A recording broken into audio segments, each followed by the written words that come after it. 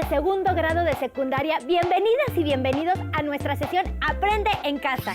Para entrar en materia, ¿qué les parece si iniciamos esta nueva aventura educativa que seguramente será familiar para todos y del que aprenderemos distintos aspectos, la electricidad? El tema está presente en nuestras actividades diarias, ya que gracias a la electricidad podemos contar con iluminación. También podemos utilizar aparatos que nos proporcionan entretenimiento como la televisión o los videojuegos. Además, es indispensable para el uso de aparatos y máquinas que necesitamos en el trabajo o la escuela. Antes de continuar, los invitamos a ver el siguiente video donde podrán conocer un poco más sobre la electricidad.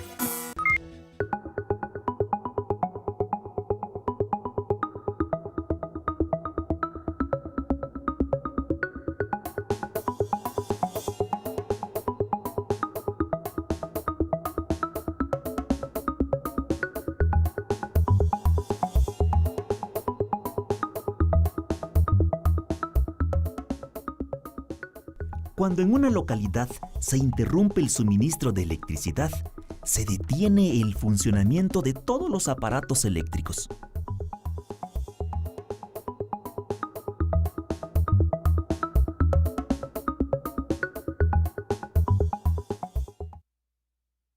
Hoy solo tenemos que mover un dedo para encender un foco. Es tan sencillo que pocas veces pensamos por qué sucede.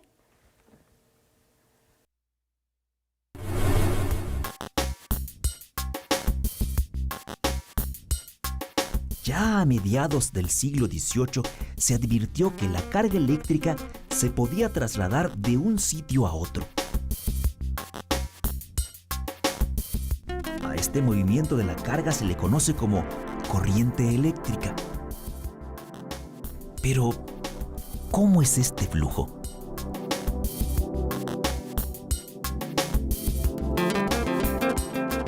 Una analogía podría ayudarnos a entenderlo.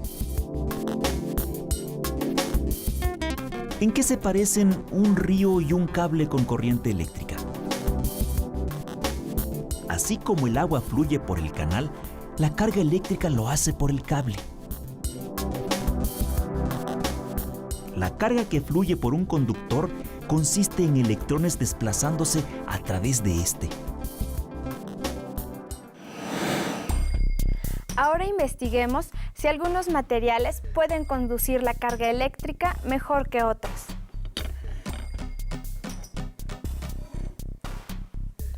Si el foco enciende, es que el material que usamos para cerrar el circuito es un buen conductor.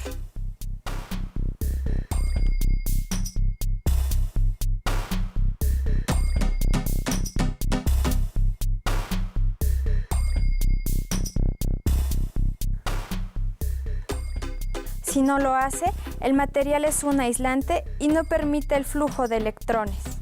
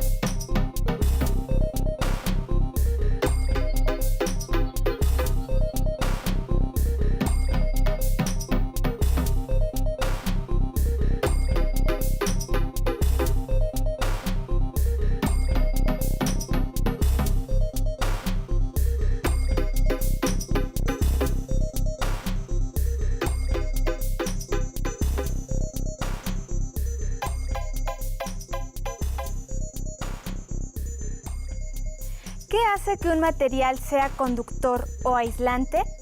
Veamos. En un material conductor, el electrón más externo de sus átomos se puede mover libremente por el material. Se les llama electrones libres o de conducción. A diferencia de los conductores, en los materiales aislantes, los átomos tienen pocos electrones libres o ninguno. Pero, ¿qué causa el movimiento de los electrones? Los electrones requieren de un impulso del exterior, que puede ser una pila o un generador, para ponerse en movimiento y establecer así una corriente eléctrica.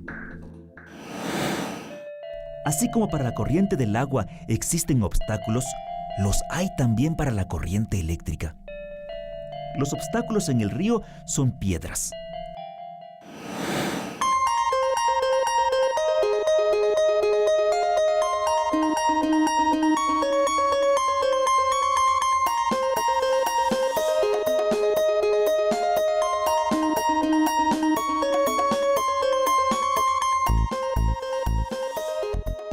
La corriente eléctrica son los átomos fijos del material. Dependiendo de la cantidad de átomos fijos, habrá mayor o menor resistencia al paso de los electrones libres.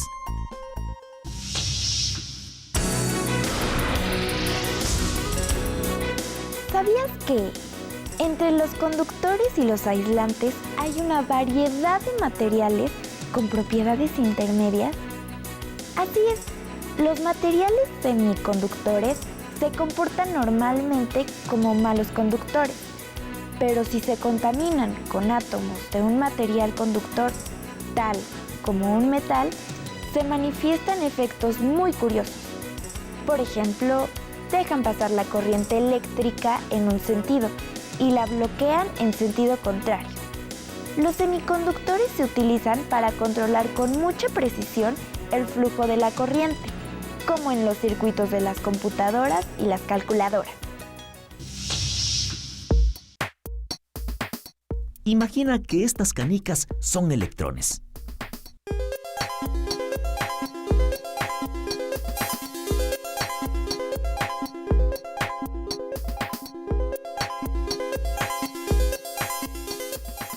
Al igual que la velocidad de la canica depende del tipo de suelo, la velocidad de los electrones depende del material de que está hecho el cable. Pero, ¿qué fuerza consigue mantener a los electrones fluyendo por terrenos tan escabrosos?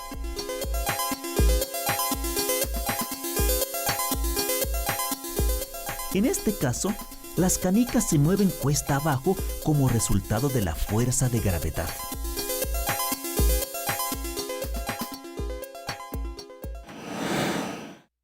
En el caso de los electrones, la fuerza necesaria para impulsarlos está provista, por ejemplo, por una pila voltaica.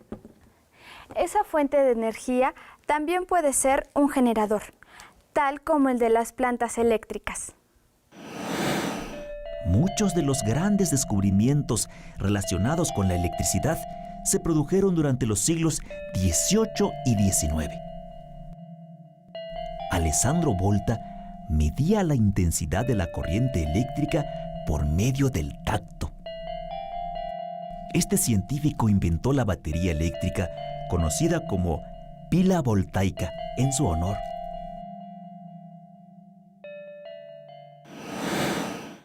En esta parrilla hay un segmento de cable que ofrece resistencia al paso de la corriente eléctrica. Se le llama resistor.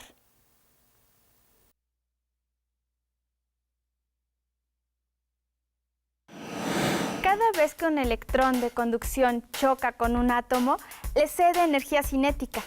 A causa de innumerables choques como este, todos los átomos del sólido aumentan su energía de vibración y, en consecuencia, el material aumenta de temperatura. Efectivamente, el resistor se calienta. De la misma manera que el agua, al transferir energía cinética a las aspas del molino, se frena. Para que un foco se encienda, es necesario pasar corriente eléctrica por un filamento con la resistencia adecuada. De esta manera, se calienta y se vuelve incandescente, emitiendo luz tal como un metal al rojo vivo.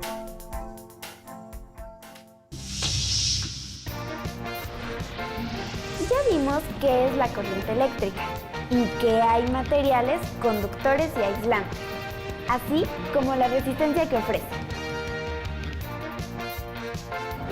¿Podrías armar un circuito eléctrico para encender un foco con estos materiales? ¿Qué materiales usarías para ofrecer mayor o menor resistencia? ¿Cómo la ves? Hoy en día, muchos procesos dependen de la energía eléctrica. Si no hubiera electricidad, ¿qué aparatos en tu casa dejarían de funcionar? ¿Cómo serían tus clases en telesecundaria? Los beneficios de la corriente eléctrica son tantos que se hacen enormes esfuerzos por llevarla a los lugares a donde falta. Por eso, quienes contamos con este servicio no debemos olvidar la importancia de ahorrar energía eléctrica.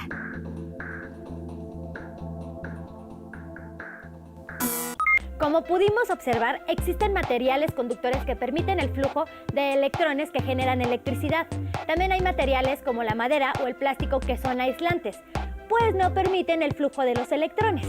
Además de tener precaución, ¿sabes cuáles son otras medidas que debemos seguir al usar energía eléctrica?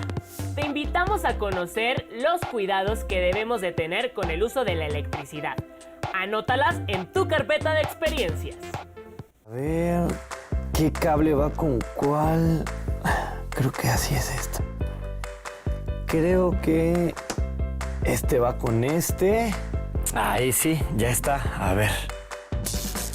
No, ¿qué pasó? Pero si solo junté los cables y... Ay, creo que debo de tener más cuidado con la electricidad. ¿Sabes cuáles son las precauciones que debemos de tomar al usar la energía eléctrica? Si bien la electricidad es necesaria, debemos tener cuidado al usarla, ya que puede provocar incendios o descargas eléctricas, es decir, el paso de la corriente por el cuerpo humano y que dependiendo de su intensidad, duración y trayectoria, puede llegar a ser muy peligroso. Para evitar riesgos por el uso de la electricidad, debemos de seguir normas de seguridad. Por ejemplo, evitar manipular aparatos eléctricos con las manos mojadas, dado que el agua es conductora de electricidad. Utilizar guantes dieléctricos creados con materiales aislantes como goma o látex, pues estos impiden la conducción de electricidad. Procurar que toda instalación eléctrica cuente con mecanismos de protección como tomas de tierra, interruptores y fusibles. Colocar los aparatos y contactos de electricidad lejos de las tomas de gas y agua. Desconectar de la corriente eléctrica cualquier aparato que deba ser revisado. Verificar que los cables eléctricos estén cubiertos de goma o plástico. Evitar conectar varios aparatos eléctricos en un solo contacto. Y colocar tapas protectoras en los contactos eléctricos cuando haya niños pequeños en casa. ¿qué debemos hacer en caso de un accidente eléctrico?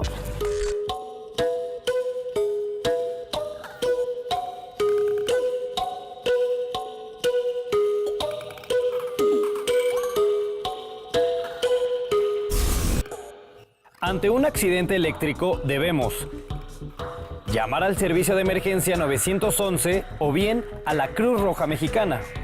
Si en el accidente hay una persona electrocutada, debemos evitar acercarnos a ella y mantenernos a una distancia de 7 u 8 metros, así como buscar interrumpir la corriente eléctrica con un material que no sea conductor de electricidad, por ejemplo, un palo de madera. Una vez que no haya riesgos, el especialista en primeros auxilios empleará un objeto no conductor para tocar a la persona accidentada y revisar su estado de conciencia, dado que un accidente de este tipo puede alterar el ritmo cardíaco o provocar un paro respiratorio. También debemos despejar el área para que el especialista en primeros auxilios brinde a la persona accidentada la reanimación cardiopulmonar o RCP. Una vez que logre reanimarla, este especialista evitará que la persona se enfríe y le colocará gasas estériles en las zonas quemadas. Y por último, la trasladará a un centro de salud.